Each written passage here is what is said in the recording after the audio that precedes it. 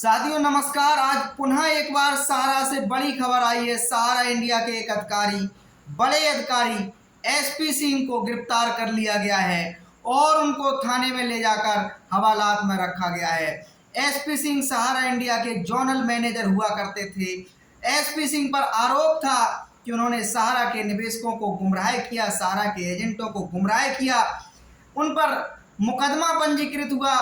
बड़ी मुश्किल से कई महीनों से लगातार प्रयास था मध्य प्रदेश की पुलिस का एसपी सिंह को गिरफ्तार करने का।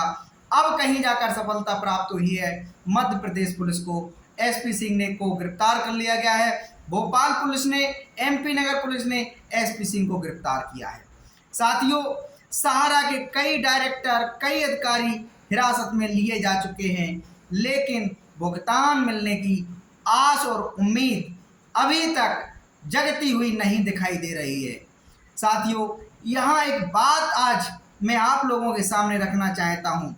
जिस प्रकार से सहारा के अधिकारियों को, सहारा के रीजनल मैनेजर, जोनल मैनेजर और सहारा के फ्रेंचाइजी मैनेजरों पर या सहारा के तमाम सेक्टर मैनेजरों पर एफआईआर हुआ और उनको हिरासत में लिया गया, उस पर एक सवाल उठता है, क्या सिर्फ रीजनल मैनेजर और जोनल मैनेजर और फ्रेंचाइजी मैनेजरों को गिरफ्तार कर लेने से सहारा इंडिया के निवेशकों को न्याय मिल जाएगा?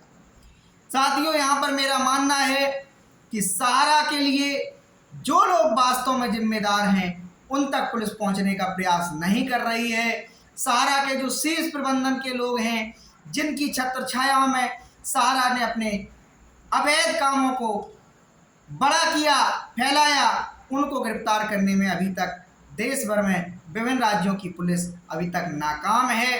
सहारा के जो वास्तव में हेरा फेरी करने वाले अधिकारी हैं, उनको अभी तक पुलिस गिरफ्तार करने में नाकाम है।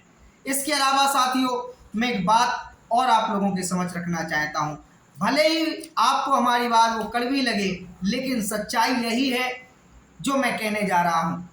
साथियों, सहारा के रीजनल मैनेजर, जोनल मैनेजर और सारे के सारे जितने भी सहारा के बड़े जो ऑफिस हुआ करते थे, जोनल मैनेजर, टेरिटरी प्रमुख और कहते हैं फ्रेंचाइजी या कहते हैं ब्रांच प्रमुख जो हुआ करते थे, मान लीजिए अगर पूरे हिंदुस्तान में अगर इनके खिलाफ एफआईआर लिखा के इनको गिरफ्तार कराने का प्रयास किया जाए और इस नतीजे पर पहुंचा जाए कि नहीं, कि अब इन लोगों के गिरफ्तार करने ले लोगों से भुगतान मिल जाएगा।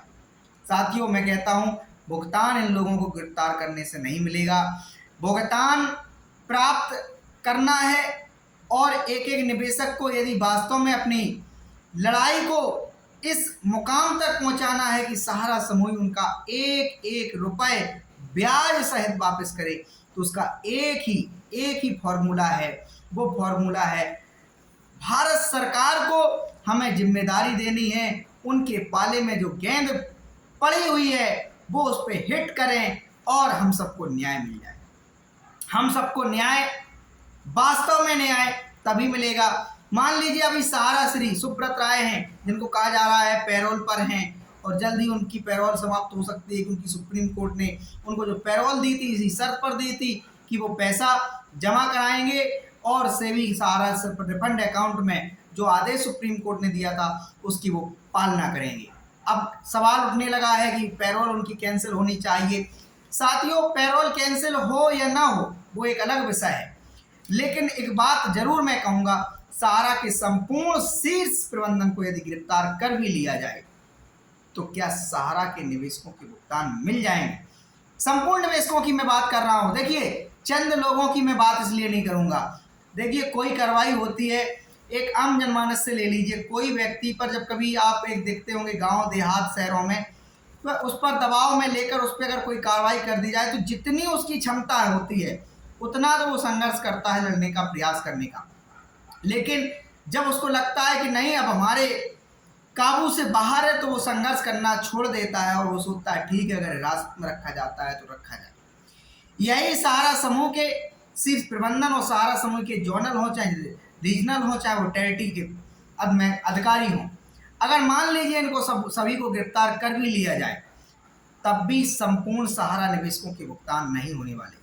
साथियों, क्योंकि जब इन लोगों को गिरफ्तार कर लिया जाएगा तो सारा की जो संपत्तियां हैं उनको कुर्क करने का विभिन्न विभिन्न डिपार्टमेंट प्रयास करेंगे। पुलिस विभाग से लेकर अलग अलग जो भी एजेंसियां हैं प्रयास करेंगी, नीलाम करने का प्रयास करेंगी, कुर्क करने का प्रयास करेंगी, बेचने का प्रयास करेंगी। सरकार उन संपत्ति को अटैच कराएगा।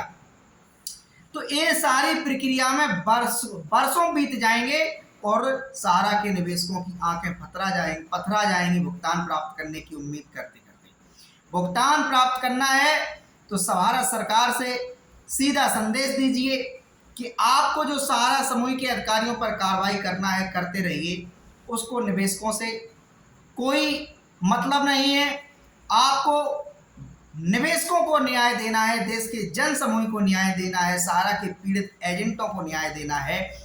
तो संपूर्ण सहारा समूह को अधिकृत कीजिए या किसी अन्य एजेंसी, चाहे भारतीय रेलवे को सौंप दे, चाहे LIC को सौंप दे, भारतीय डाक विभाग को सौंप दे या थर्ड एजेंसीज को सौंप दे, देश के औद्योगिक घरानों को बुलाए और उनसे कहे कि इन संपत्तियों को खरीद लीजिए। निवेशकों के भुगतान के लिए हम राहत पैकेज जारी करने जा रहे हैं। सरकार को अब इस बात पर बहुत जल्दी फैसला कर लेना चाहिए कि सहारा समूह के पीड़ितों के घावों पर मरहम लगाने का एक ही फॉर्मूला बचा है, 2 से 3 लाख करोड़ रुपए का सरकार राहत पैकेज जारी करे, बजट पैकेज जारी करे और भले ही कोई स्पेशल एक्ट इस कंपनी के लिए लाना पड़े तो उस स्पेशल एक्ट को लाए।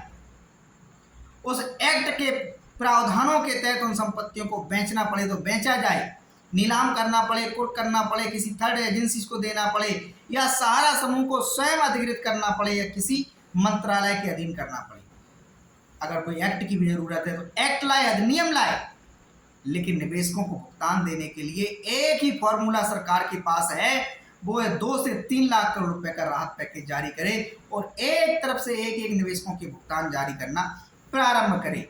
क्योंकि साथियों सच्चाई यही है कि सहारा समूह के संपूर्ण शीर्ष प्रबंधन को यदि गिरफ्तार भी कर लिया जाए, रीजनल मैनेजर, टेरिटरी मैनेजर को गिरफ्तार भी कर लिया जाए, तब भी एक समस्या आती है। 24,000 करोड़ रुपए जो सहारा से भी रिफंड अकाउंट में है, इस नतीजे पर भी सरकार उससे भी मिलकर पहुंच जाए कि अब हमें इस पैसे से निवेशकों के भुगतान करना है, तो चंद निवेशकों के भुगतान होंगे, संपूर्ण निवेशकों के भुगतान नहीं होंगे। संपूर्ण निवेशकों के भुगतान यदि सरकार को दिलाना है तो 2 से 3 लाख करोड़ रुपए का राहत पैकेज, बजट पैकेज जारी करे। चूंकि जब व्यवस्था सुधारने का वक्त था तब सरकार का उस ओर ध्यान आकर्षण नहीं था, तब सरकार को कोई चिंता नहीं थी, देश के आम जनमानस की, सहारा के पीड़ितों की कोई चिंता नहीं थी। एक आज से 3 वर्ष 4 वर्ष पूर्व यदि सरकार चाहती तो इस मामले को पटापेच करके माननीय सुप्रीम कोर्ट से आग्रह करके या संसद के माध्यम से प्रयास करके इस मामले को पटापेच कर देती और सहारा के अंदर पारदर्शी सिस्टम को लागू करती और जो 24,000 रुपये जो सहारा के सेवी के पास सहारा सेवी रिफंड अकाउंट में है, जिसको सहारा ने 15 से 16,000 करोड़ रुपया एकदम नगद राशि के रूप में जमा कराया है, मतलब कि उसमें कोई ब्याज इंटरेस्ट नहीं है, ब्याज सहित 24,000 रुपये पैसा बन रहा है। तो साथियों 3 से 4 वर्ष तो पूर्व, क्योंकि उस समय सहारा की जो सोसाइटियाँ थी उन पर भी विधिवत तरीके से कोई भी सेंट्रल रजिस्ट्रार की या CRC की रोक नहीं लगी थी और वो काम कर रही थी, नया NI ले रही थी, रिन्यूअल ले रही थी, नए मेंबर को बना रही थी और नए नए अपने कारोबारों को अंजाम दे रही थी, नई नई स्कीम्स जारी कर रही थी। तो वो एक चांस था सरकार के पास सहारा समूह में पारदर्शिता लाने का प्रयास। उस समय ऐसा हो सकता था कि सहारा समूह में जो लोग गड़बड़ किए हैं उनको गिरफ्तार कर लिया जाए, उनको हिरासत में ले लिया जाए, उन पर मुकदमा चलाया जाए, उनको सजा दिलाई जाए। लेकिन आज संपूर्ण सहारा समूह के निवेशकों को अगर भुगतान दिलाने की बात वास्तव में ईमानदारी तरीके से अगर सरकार करती है तो एक ही फॉर्मूला है, सरकार के पाले में गेंद है।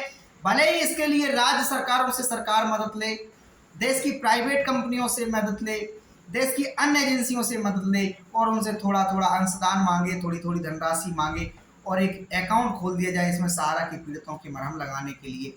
देखिए साथियों सच्चाई यही है, हिंदुस्तान में जब भी कोई बड़ी दुर्घटना घटित होती है, कोई बड़ी आपदा आती है, सरकार आगे आती है, क्योंकि लोकतांत्रिक सरकारों का ये धर्म है, नैतिक जिम्मेदारी है, उनका कर्तव्य है अपने नागरिकों के हितों को रक्षा करना, अपने नागरिकों के हितों के संरक्षण देना, ये हमारी सरकारों की जिम्मेदारी भी है। तो आप लोग देखते हैं इतनी सारी योजनाएं चल रही हैं, किसान सम्मान निधि से लेकर विधवा से लेकर वृद्धा पेंशन तक, तमाम सारी हमारी बेटियों की विवाहों की योजना विभिन्न राज्य सरकारें चलाती हैं, शिक्षा की योजना, स्वास्थ्य की योजना, तमाम सारे घर मकान बनाने की योजना, उज्ज्वला योजना, बैंकिंग के माध्यम से लोन देने की योजना, तमाम सरकारें चला रही हैं। तो इन सब का मकसद एक ही है, देश संपन्न हो, जनमानस पर जो ज़्यादा से ज़्यादा विकास जनमानस का कराया जा सके, यही एकमात्र मकसद होता है इन योजनाओं को लागू करने का। तो क्यों दुर्व्यवहार किया जा रहा है सारा के निवेशकों के साथ, सारा के एजेंटों के साथ? इनका तो कोई अपराध नहीं है, क्या ये विदेशी मूल के नागरिक हैं? क्यों इस बात को इंतजार किया जा रहा है कि सहारा समूह के अच्छे दिन आएंगे? अरे सहारा समूह के अच्छे दिन अब कैसे लौट के आ सकते हैं? संपूर्ण सहारा समूह बर्बादी की कगार पर पहुंच गया है। अब बिना सरकार के सहयोग किए कोई समाधान नहीं निकलने वाला है। इसमें 100% सच्चाई है, क्योंकि 24,000 करोड़ रुपया जो जमा है उससे निवेशकों के भुगतान नहीं होने वाले हैं, ये सच्चाई है।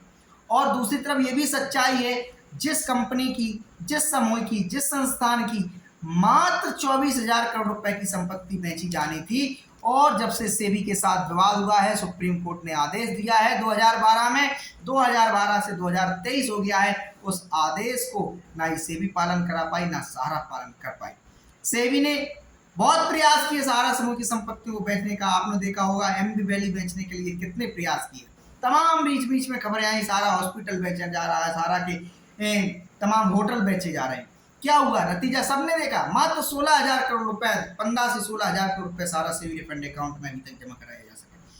अगर इस प्रकार से व्यवस्था सरकार करती है कि नहीं सहारा समूह की संपत्तियां बेचने का इंतजार किया जाएगा, दशकों लगने जाएंगे, दशकों। इसलिए साथियों, ठीक है, निवेशकों के साथ धोखाधड़ी हुई, निवेशकों के साथ गलत काम हुए, तो एफआईआर हो रही है, पुलिस प्रशासन कार्रवाई कर रही है। लेकिन इसमें एक बात और मैं जोड़ना चाहता हूं, जिस व्यक्ति तक, जिन लोगों तक पुलिस को पहुंचना चाहिए, पुलिस पहुंचने में असमर्थ है। सच्चाई है, असमर्थ है। तो हालांकि वर्तमान में तमाम सारे सहारा के रीजनल मैनेजर, जोनल मैनेजर या ब्रांचों के मैनेजर गिरफ्तार हुए हैं, तमाम सारे लोगों पर एफआईआर हुआ है, लेकिन उससे निवेशकों का कोई हित नहीं हुआ है, निवेशकों का कोई कल्याण नहीं हुआ है। कुछ एक आध जगह पर ऐसा देखा गया है कि कोई बड़े अधिकारी को गिरफ्तार किया गया और बड़े अधिकारी को जमानत लेने के लिए, गिरफ्तारी से बचने के लिए ऐसा किया गया कि वहाँ कुछ चंद निवेशकों के भुगतान, उसमें भी उनकी जितनी भी हैसियत हुआ। आपने रजा नंदगांव का मामला देखा हो, रजा नंदगांव की पुलिस सहारा के बड़े डायरेक्टर को उठा लाई थी, क्या हुआ? कितने लोगों का भुगतान हुआ? आप सबने देखा है। क्या संपूर्ण निवेशकों का भुगतान हो सका? हो नहीं हो सका। पूरा डीएम से लेकर तमाम सारी प्रशासनिक व्यवस्था लग गई, लेकिन वहां भी क्या हुआ? सबने देखा। मामला बहुत बड़ा है, सरकार को गंभीरता से लेना पड़ेगा। यही एकमात्र फॉर्मूला है कि सरकार इस मामले पर गंभीरता से विचार करे, कोई एक्ट बनाना पड़े, एक्ट बनाए, कोई समाधान के लिए कोई राहत पैकेज, बजट पैकेज देना पड़े, दे। सहारा के संपूर्ण संपत्तियों किसी थर्ड पार्टी को सौंपना पड़े, सौंपे। सहारा समूह के अंदर निवेशक और देश के जनमानस का पैसा लगा हुआ है। यहाँ कोई मालिक नहीं था सहारा समूह के अंदर, स्वयं सुब्रत राय कहते थे इसका कोई मालिक नहीं। खैर, जो अवैध काम सहारा समूह के शीर्ष अधिकारियों ने किए उस पर कार्रवाई होनी ही चाहिए, सभी लोग कहते हैं होना चाहिए, लेकिन निवेशकों को न्याय देने के लिए अब बहुत ज़्यादा इंतजार सरकार को नहीं कराना चाहिए। 5,000 रुपये सहारा सिविल रिफंड अकाउंट से जारी हुआ, अभी तक 20 दिन बीत जाने के बावजूद भी सेंट्रल रजिस्ट्रार के द्वारा जानकारी नहीं आ सकी कि किस प्रकार से भुगतान वो देने की प्रक्रिया में है। छोटे निवेशकों को कर रहे हैं, बड़ों को कर रहे हैं, कितने अमाउंट वालों को कर रहे हैं, ब्याज राशि देना चाहते हैं, नहीं देना चाहते हैं, डेथ क्लेम का क्या होगा, मतलब कोई भी अभी तक 20 दिन बीत गए हैं। सुप्रीम कोर्ट ने 29 मार्च को आदेश दिया था कि सहारा सिविल रिफंड अकाउंट से सेंट्रल रजिस्ट्रार को 5,000 रुपये हस्तांतरित कर दिए जाएं, जिससे सहारा की सोसाइटियों के निवेशकों के भुगतान किए जाए। तो सरकार का रवैया थोड़ा दुरुस्त नहीं है, सरकार को थोड़ा रफ्तारी में काम करना चाहिए, क्योंकि लोगों के सपने जुड़े हुए हैं, लोगों के जीवन अंधकार में जा रहा है। और सच्चाई यही है कि हम चाहें जितने वीडियो बनाएं, चाहें जितना बोलें, जब तक आप लोग स्वयं अपनी अपनी जिम्मेदारी निभाना प्रारंभ नहीं करेंगे, सरकार नहीं जागेगी। इसके लिए मैंने कहा है 4-5 सूत्रों पे आप लोग काम कीजिए। एक पहला सूत्र ये है कि अपने घर के बाहर एक पोस्टर लगा लीजिए, फोटो कॉपी वाले के पास जाइए, टाइपिस्ट के पास जाइए, उस पर लिखवा लीजिए भुगतान नहीं तो मतदान नहीं, भुगतान नहीं तो वर्तमान सरकार को मतदान नहीं। घर के बाहर उसको लगा लीजिए, उसको अपनी सोशल साइट्स के माध्यम से, फेसबुक वगैरह से उसको लोड कीजिए, जिससे देश के जनप्रतिनिधि, देश के नेता, देश के कार्यकर्ता, सहारा समूह के तमाम सारे अधिकारी देखें, तमाम सारी पार्टियों के नेता देखें, इसका असर होगा। इसके अलावा दूसरा फॉर्मूला होता है सरकार के पास, प्रधानमंत्री कार्यालय के पास, वित्त मंत्रालय के पास आप मांग पत्र भेजें कि उसमें आप 2 से 3 लाख करोड़ रुपए की मांग करें, सरकार राहत पैकेज देती है। ट्विटर पर एक्टिव हो जाइए, सरकार के मंत्रालयों को टैग कीजिए और उसमें अपनी पीड़ा रखिए, वीडियो डालिए, अपने जितने भी सहारा में आपने पैसा निवेशित किए उनके सर्टिफिकेट को अपने हाथों में लीजिए और अपनी जो भी पीड़ा है, अगर आपकी बेटी के विवाह के लिए आपने पैसा जमा कराया था, अगर आपने बच्चों की पढ़ाई के लिए जमा कराया था, आपने अपनी शिक्षा के लिए जमा कराया था, आपने अपने रोजगार प्राप्त करने के लिए, आपने घर मकान बनाने के लिए जमा किया था, बीमारी के समय काम में आने के लिए जमा कराया था, जिस भी व्यवस्था के साथ इन चीज़ों को आप वायरल करें, तभी सरकार। देखिए लोकतंत्र में ये हमारे अधिकार हैं, सरकार से न्याय प्राप्त नहीं होगा तो किससे प्राप्त होगा? ये हमारी अपनी एक संविधान द्वारा दी गई व्यवस्था है, उसके तहत हमारे अधिकार हैं। हम सहारा के पीड़ित उन लोगों से बहुत कई गुना अच्छे हैं जो छोटी छोटी बातों में हिंसा पर उतर आते हैं, हमारी सरकारी संपत्ति को नष्ट करने पर उतारू हो जाते हैं। कम से कम सहारा का जो पीड़ित है उसके सपनों को घोंटा जा रहा है, सहारा के एजेंटों को सामाजिक मान मर्यादा का तिरस्कार होना पड़ रहा है। इसके बावजूद भी सहारा के जितने भी पीड़ित, चाहे वो निवेशक हों, एजेंट हों, आदर्श तरीके से, संस्कारित तरीके से अपनी बातों को सरकार तक पहुंचाने का प्रयास कर रहे हैं। इसके बावजूद भी वो कहते हैं ये देश हमारा है, इस देश की मिट्टी से हमें प्यार है, सरकार को चाहिए हमारी मदद करे। इसके बावजूद भी कहते हैं हमारे सपनों को अब मत सरकार श्रद्धांजलि दे, हमारी मदद के लिए सरकार आगे आए। कभी सहारा के निवेशकों ने बहुत कहीं भी जाकर उधर सहारा के निवेशक जहां भी ज्ञापन देने गए होंगे, धरने प्रदर्शन करने गए होंगे, वहां सरकार से यही कहा है कि सरकार इस मामले को गंभीरता से ले और हमारी जो पीड़ा है इसका निदान करे। तो इस सब्र को सरकार इम्तिहान नहीं ले, क्योंकि इम्तिहान लेने से नुकसान ही होता है, सरकार का होगा, देश का होगा और सहारा से जुड़े हुए जितने भी पीड़ित निवेशक और एजेंट हैं उनका नुकसान होगा। साथियों, आपकी सक्रियता ही भुगतान दिलाएगी। कोई भी संगठन जो आंदोलन कर रहे हैं वो भी संगठन अपने पास से पैसा नहीं देंगे, सभी का अपना अपना स्वार्थ। मैं आप यहाँ वीडियो बनाकर लोड कर रहा हूँ, मैं कहता हूँ जागरूक कर रहा हूँ, तो मेरा भी अपना स्वार्थ है, क्योंकि मेरा भी सहारा समूह के अंदर लाखों रुपए जमा है। मैं भी चाहता हूँ मेरी भी पीड़ा का हरण हो जाए, हमारी बात को आगे पहुँच जाए।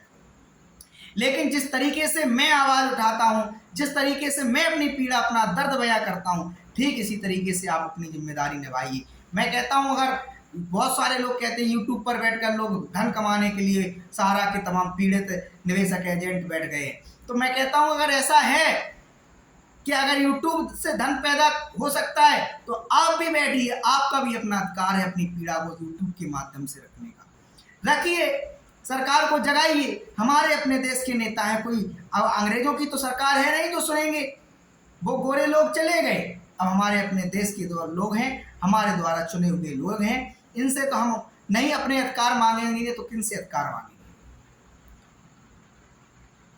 तो अब आगे देखते हैं तमाम सहारा के तमाम सारे लोगों पर, सहारा के जो टेरिटरी हों या रीजनल हों या जोनल हों, तमाम सारे अधिकारियों पर FIR लिखा हुआ है। लेकिन जो वास्तव में करता धरता है, पुलिस भी जानती है, प्रशासन भी जानता है, सरकारें भी जानती हैं कैसे सहारा समूह के शीर्ष प्रबंधन ने देश के विभिन्न राज्यों में लगातार अपने शाखा ब्रांच खोले, लगातार वहां लकी ड्रा कूपन के माध्यम से लगातार एजेंटों को बहाना दिया गया कि आपको हम कमीशन देंगे, आपका पेट पलेगा। यहाँ तक कि अगली पीढ़ी तक के भी सपने दिखा दिए सहारा की, अपना परिवार, तमाम सारी पुस्तकें जारी होती हैं, सहारा के एजेंटों से वो पुस्तकें मिल जाएंगी। देखिए उन पुस्तकों में सहारा समूह के द्वारा क्या क्या छापा जाता था, कितने बड़े बड़े सपने दिखाए जाते थे। तो क्यों सीबीआई ईडी जिन लोगों की जिम्मेदारी है अपनी अपनी डिपार्टमेंट की, अधिकारियों की जो भी जिम्मेदारी है, क्यों अपने अपने कर्तव्यों को वास्तविक तरीके से पालन करने के लिए हिचक रहे हैं? ईमानदारी तरीके से, चाहे सेबी हो, सेंट्रल रजिस्ट्रार हो, आरबीआई हो, चाहे इनकम टैक्स हो, जिन भी लोगों के साथ, जिन भी संस्थाओं के साथ, जिन भी मंत्रालयों के साथ सहारा के इशू चल रहे हैं, ईमानदारी तरीके से अगर ये इस बार उतर आए कि पहले प्रायोरिटी निवेशकों के भुगतान किए, इसके बाद कुछ आगे किए, देखिए देश चल पड़ेगा। 13 करोड़ लोगों के सपने एकदम खिल पड़ेंगे। लोग मुस्कुरा के कहेंगे कि हमारे अपने देश की सरकारों पर नाज है, हमें अपनी सरकारी संस्थाओं पर नाज है, सरकारी एजेंसियों पर नाज है। तो प्लीज देश की तमाम सारी संवैधानिक व्यवस्थाओं के तहत बनी हमारी सुरक्षा के लिए जो भी एजेंसियां हैं, हमारे धन की सुरक्षा के लिए, हमारे जीवन की सुरक्षा के लिए, हम सबके कल्याण की सुरक्षा के लिए जितनी भी एजेंसियां हैं, इन सबसे हाथ जोड़कर प्रार्थना है, विनती है आपसे, देश के 13 करोड़ पीड़ित एजेंट और निवेशकों के लिए मैं आप लोगों के चरणों में वंदना करता हूं, प्रणाम करता हूं कि कैसे भी इनके घाव पे मरहम लगाइए और इनकी पीड़ा को हरण कर लीजिए। केंद्र में जिस प्रकार से इस समय मोदी और इस समय अमित शाह की जोड़ी है, कहा जाता है ये बड़ी से बड़ी समस्याओं का निराकरण करने में सक्षम है। इनके पास सांसदों की जो संख्या है, जो सत्ता में बैठने के लिए वो इतनी है, वो कोई भी फैसला लें इनके खिलाफ नहीं जा सकता है। वो अच्छा हो बुरा हो, इनका कोई कुछ नहीं बिगाड़ सकता है। तो आज अगर ये लोग निदान नहीं करते तो कौन आके निदान करेगा? आगे 2024 में पता नहीं किसकी सरकार आएगी। और इसके अलावा जो सहारा के निवेशक हैं, जिस प्रकार से बहिष्कार चुनाव का करने की बात कर रहे हैं, जिस प्रकार से नेताओं को वोट नहीं देने की बात कर रहे हैं, चाहे वो सपा हो, चाहे वो बसपा हो, चाहे वो कांग्रेस हो, चाहे वो आम आदमी पार्टी हो, चाहे भारतीय जनता पार्टी हो, देखिए किस प्रकार से नेताओं ने सहारा के शीर्ष प्रबंधन के साथ मेलजोल किया है। उस पर भी सवाल उठता है क्यों इतना बड़ा मुद्दा होते हुए भी ये लोग बहुत प्रखरता के साथ इस मामले को नहीं उठाते। तो हाथ जोड़कर प्रार्थना है देश की राजनीतिक पार्टियों से कि इस मामले की गंभीरता को समझिए। अरे कम से कम इंसान होने का फर्ज निभा दीजिए।